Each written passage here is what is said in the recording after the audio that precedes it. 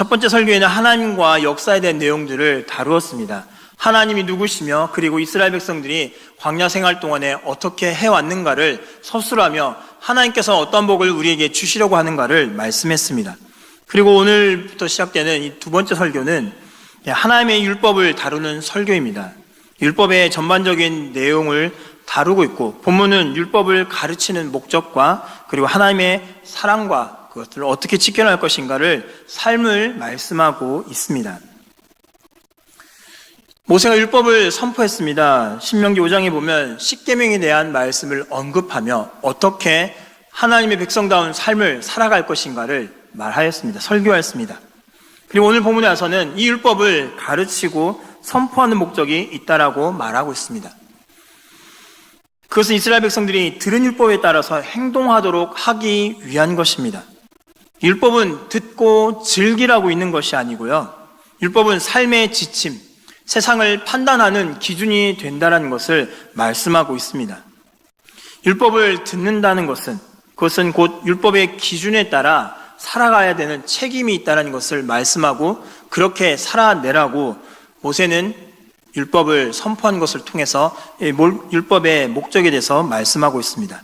두 번째는 율법은 하나님의 백성으로 하여금 하나님을 경외하는 데 있다라고 말하고 있습니다. 그래서 이 율법을 지키게 되면 하나님께서 이스라엘에게 복을 주시겠고, 또한 조상들의 하나님 여호와께서 허락하신 것과 같이 젖과 꿀이 흐르는 땅에서 크게 번성하게 될 것이다 라는 것을 말씀하고 있습니다. 그럴 때 모세는 선포합니다. 이스라엘아 들으라, 우리 하나님 여호와는 오직 유일한 여호와시다라고 선포합니다. 이러한 복을 받게 되는데 하나님이 누구시냐? 우리 하나님은 오직 유일한 여호와시다라고 선포하면서 네 가지에 대한 질문과 그리고 그 답을 내어놓고 있습니다. 첫 번째는 누구의 하나님이냐라는 것입니다. 너의 하나님이냐? 다른 사람의 하나님이냐? 다른 나라의 하나님이시냐? 아니다라고 말하면서 우리 하나님이다라고 말합니다. 그리고 더 나아가서는 하나님 외에 나에게는 또 다른 신이 있느냐라는 질문을 던집니다. 그것은 아니고 오직 여호와 하나님만이 우리의 하나님이시다라고 말합니다. 그리고 세 번째는 하나님은 여러 신들 중에 많은 신들이 있는데 그 중에 하나가 여호와라는 신이냐라는 질문 앞에서 모세는 아니다라고 말하고 있습니다. 그리고 하나님은 진정한 신이냐라고 질문을 던지며 하나님은 여럿이 아니라 한 분이시라는 것, 그리고 하나님은 변함없이 꾸준하시다라는 것을 말합니다. 또한 하나님은 비교할 만한 대상이 없다라는 것을 선포하며 이스라엘은 오직 하나님만 섬겨야 한다는 것을 오늘 본문을 통해서 말하고 있습니다. 이스라엘아 들으라, 우리 하나님 여호와는 오직 유일한 여호와시니라고 말씀하며 오직 하나님, 그분은 우리의 하나님이시며 그리고 우리가 섬기는 다른 신은 없다. 그리고 많은 신들 중에 하나인 신이 아니라 오직 홀로 계시는 여호와 한 분밖에 이 땅에 신이 계시지 않음을 고백하며 그리고 이 하나님이 진정한 신이시며 우리의 하나님, 우리가 섬겨야 될 대상이고 우리가 경외해야 될 대상이라는 것을 모세는 말하고 있습니다. 이 하나님을 어떻게 해야 하느냐라고 말하면서 마음을 다하고 뜻을 다하고 힘을 다하여 사랑하라라고 말하고 있습니다. 마음을 다하고 뜻을 다하고 힘을 다했다라는 이 본문은, 이 내용은 오늘 걷던 성경 여기와 그리고 열왕기하 23장 25절 외에는 따로 언급되지 않고 있는 내용입니다. 열왕기하 23장 25절에 보면 요시야와 같이 마음을 다하며 뜻을 다하며 힘을 다하여 모세의 모든 율법을 따라 여호와께 돌이킨 왕은 요시야 전에도 없었고 후에도 그와 같은 자가 없었더라라고 말하면서 마음을 다하고 뜻을 다하고 힘을 다하여 하나님을 사랑하라라는 이 말씀을 했던 이 내용은 성경에 그렇게 많이 나오고 있지 않습니다. 마음과 뜻은 신명기에서 자주 사용되고 있는 한 쌍의 단어입니다. 사람의 모든 것을 말할 때에 마음과 뜻이란 단어를 사용하여서 표현하고 있습니다. 그렇다면 마음은 무엇입니까? 마음은 대체로 신체에 내재되어 있는 장기를 이스라엘 사람들은 생각하고 있습니다. 뿐만 아니라 이곳에서 사람의 도덕성이 결정된다라고 이스라엘 유대인들은 생각하고 믿고 있었습니다.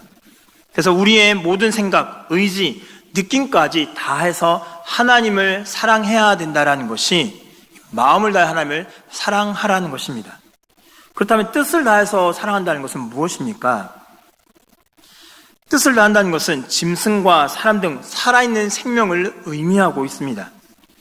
의미할 때 사용되고 있고, 유대인들은 사람의 감정, 열정, 욕구, 인격이 여기에서 비롯된다라고 생각하고 있습니다.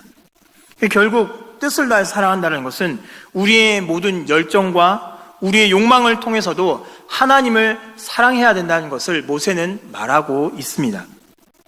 무슨 말이냐면 하나님을 사랑하지 않으면 죽을 것 같은, 하나님을 내가 사랑하지 않으면은 손 나쁘게 표현하면 미쳐버릴 것 같은 그런 표현으로 뜻을 다해서 하나님을 사랑해라라고 말하고 있다는 것입니다. 힘을 다한다라는 것은 성경의 다른 부분에서도 힘을 매우 또는 많이라는 뜻을 다 포함해서 표현하고 있습니다. 여기서도 이 단어는 하나님을 얼마나 많이 사랑해야 되는가를 강조하면서 하나님을 사랑해라, 하나님을 많이 매우 사랑해야 된다라는 것을 말하고 있습니다. 하나님 사랑하기를 우리의 모든 것을 아끼지 않고 해야 된다, 온 힘을 다해서 사랑해야 된다는 것을 모세는 마음을 다하고 뜻을 다하고 힘을 다해서 사랑하라고 말하고 있습니다. 우리 모든 것을 다해서 하나님을 사랑하는 것, 이것은 언약 백성이 지녀야 될 의무이자 사명이라는 것을 모세는 강하게 말하고 있습니다. 그래서 어떠한 삶을 살아야 될지 오늘 본문에서 말합니다. 너는 또 그것을 내 손목에 메어 기호를 삼으며 내 미간에 붙여 표를 삼아라라고 말합니다. 그래서 경건한 유대인들은 이러한 복장을 많이 입고 다녔습니다. 사진을 보시면 유대인들이 입고 있는 복장이 있습니다. 머리에 어떤 하얀색 두건을 쓰고 있고요. 이마 부분을 좀 확대해 주실 수 있으신가요? 이마 부분에 보면 검정색 네모 상자 같은 것을 붙이고 있습니다. 그리고 여러분들 보실 때 왼쪽에 보면 검정색, 팔뚝에 검정색 띠 같은 걸 두르고 있고 윗부분에 상자가 똑같은 것이 있습니다. 이것은 테필린이라고 부릅니다. 쉐마 상자라고 부르는데요. 여기에 이것을 성경의 구절들을 이 가운데 담아놓고 이것을 머리에 팔에 묶어서 자기의 가슴과 같이 가까이에 다둠으로 말미암아 하나님의 말씀을 내 머리에 새기고 하나님의 말씀을 내 가슴에 새긴다는 의미로 유대인들은 이렇게 말씀을 넣어서 담고 있었습니다. 이 상자에는 어떠한 내용이 있냐면 이 상자에는 유대인의 율법인 토라가 전하는 4가지의 본질적인 내용들을 담고 있습니다.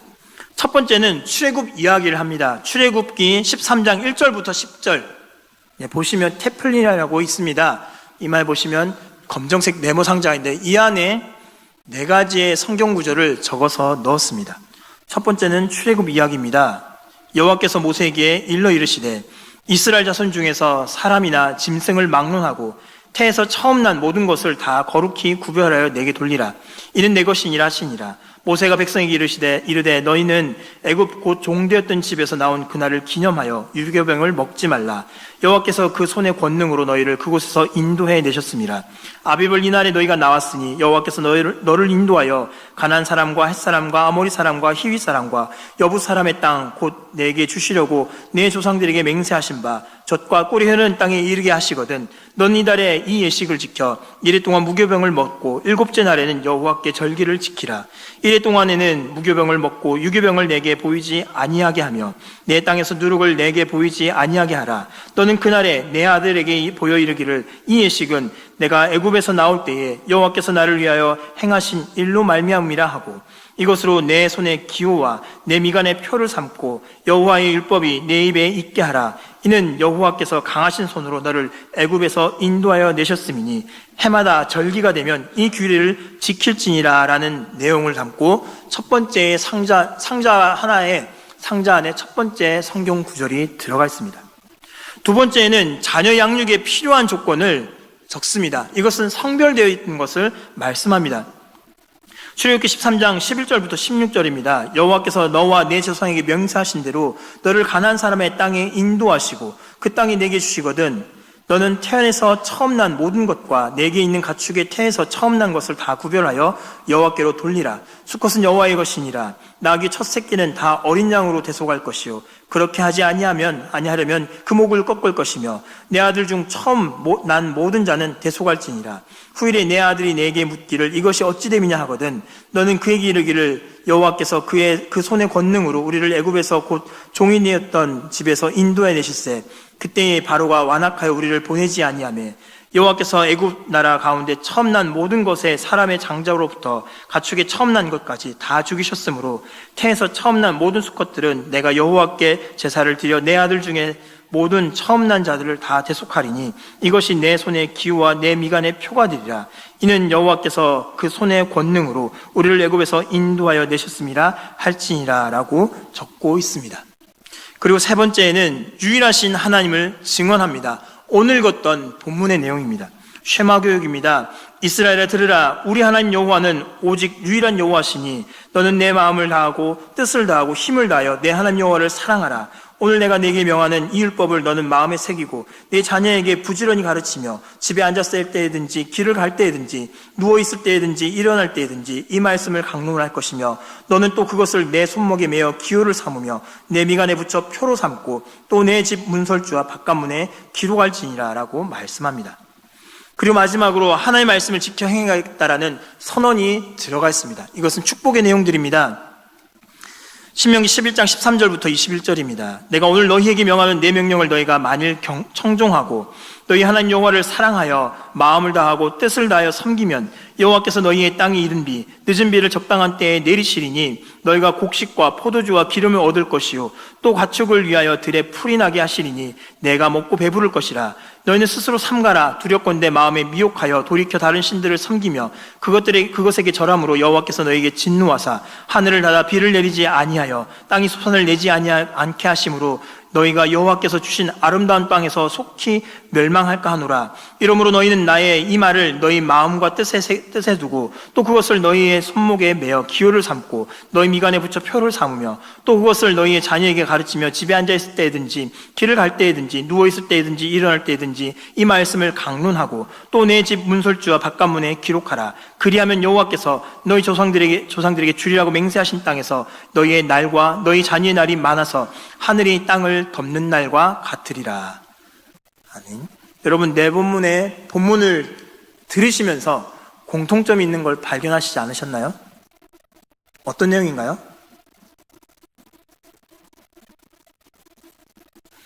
출애굽기 13장 1절부터 10절, 그리고 출애굽기 13장 11절부터 16절, 그리고 신명기 6장 4절부터 9절, 민수기 11장 13절부터 21절에 보면 다 같이 이런 내용이 있습니다. 너희의 손목에 매어 기호를 삼고 너희 미간에 붙여 표를 삼으며 라는 내용이 들어가 있습니다.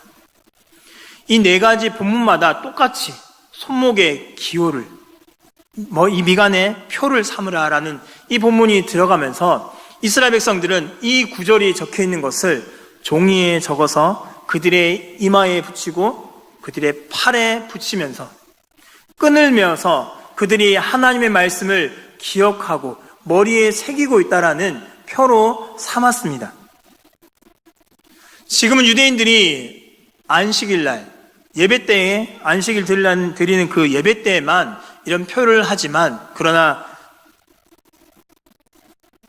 말씀을 지키겠다라고 하는 유대인들은 아직도 이러한 복장으로 다니고 있습니다.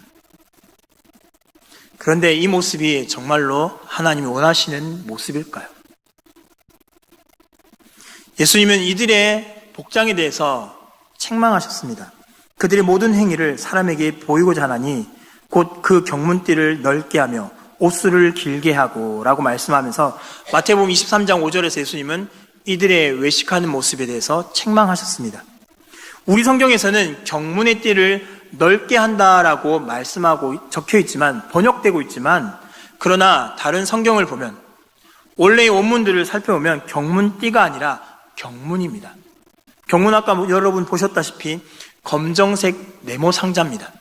이것을 넓게 해서, 아까 사람 그림을 보셨겠지만 작게 되는 것도 있습니다. 그러나 자기가 하나님을 더 사랑한다고 할 때는 이것을 크게 만든다는 것입니다. 멀리서 보니까 잘 표가 안 나니까 이것을 더 크게 만들면 얼굴을 가릴 정도가 되면 멀리서도 사람들이 그것을 보고 저 사람이 하나님을 잘 섬기는구나 라는 생각을 하면서 그들의 반응은 달라질 것이기에, 그래서 많은 외식하는 자들이 그 경문을 넓히려고 했던 모습이 있었습니다. 머리에 경문을 두어 기억하고, 그리고 가슴 근처에 경문을 묶어서 마음에 새긴다. 그들의 행동은 참 좋아 보이는 것 같아 보입니다. 좋은 의미인 것 같고 좋은 시도인 것 같습니다만, 그러나 그들의 삶은 어떠했습니까? 미간에 붙여 표를 삼고 손목에 매어 기호를 삼으라 했던 이 말씀을 문자 그대로 받아들이면서 이들은 그렇게 살려고 했고 살아왔습니다. 그러나 하나님께서 원하셨던 삶은 제대로 살아내지 못했습니다. 율법이 그들을 억누르는 것이 되었지요. 그래서 율법을 지키는 것 같아 보이면서도 그것을 교묘하게 피해 나가는 사람들이 바리새인이었고 사두개인이었지 않습니까? 그래서 예수님은 그들을 향해서 강하게 책망하셨습니다. 율법은 하나님의 백성을 짓누르는 짐이 아닙니다. 삶이 지니고 있는 가능성을 최대한 누리게 살 수 있도록 하는 축복의 통로가 율법입니다. 학교에서 법에 대해서 배울 때에 법은 사람을 가장 자유롭게 만든다라고 이야기합니다. 그러나 우리가 생각할 때 법은 다르죠. 뭔가 우리를 얽매는 것 같고, 우리를 규제하는 것 같아 보이고, 우리를 억눌러 보이는 게 법인 것 같아 보입니다. 도로를 건너갈 때 횡단보도를 이용해야 되지만 우리는 종종 그렇게 하지 않죠. 왜 그렇게 돌아가야 되느냐? 아니 그냥 내가 건너가면 그것이 횡단보도가 되면 얼마나 편하냐? 교통신호를 지킬 필요가 없다라고 우리는 또 생각도 합니다. 차가 안 다니는데 그냥 지금 가면 어떻느냐? 그거를 좀 소위 말하는 유도리 있게 하면 좋지 왜 그렇게 고지식하게 하려고 하느냐라는 질문들을 던집니다. 마찬가지로 율법에 대해서 우리는 그런 생각을 합니다. 율법이 우리를 짓누르는 것 같아 보입니다. 우리의 삶을 억누르면서 하지 마라 하는 것처럼 보입니다. 그러나 그것은 우리를 억누르는 것이 아니라, 하나님의 율법이 우리를 억누르는 것이 아니라 하나님의 백성 안에서 더욱더 자유를 누릴 수 있도록 해주는 것이 율법이며, 그 율법을 통해서 하나님 우리에게 많은 축복을 내려주시려고 계획하셨고, 또한 그 율법을 선포하심으로 말미암아 내가 이런 복을 너에게 주겠다라고 선언하셨습니다. 오늘 본문에서도 말씀하시지 않았습니까? 이 율법을 지킬 때에 내가 잘 될 것이고, 내 조상들에게 주겠다 했던 젖과 꿀이 흐르는 땅에서 내가 번성하리라고 말씀하시며 그 복을 내려주시겠다라고 하나님은 당당하게 선포하시고 선언하셨습니다. 그런데 우리는 그 율법이 우리를 억누르는 것처럼 보이지 않습니까?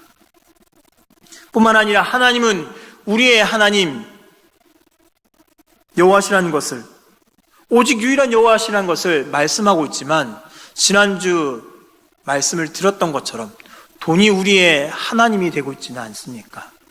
명예가 우리의 하나님이 되고 있지는 않습니까?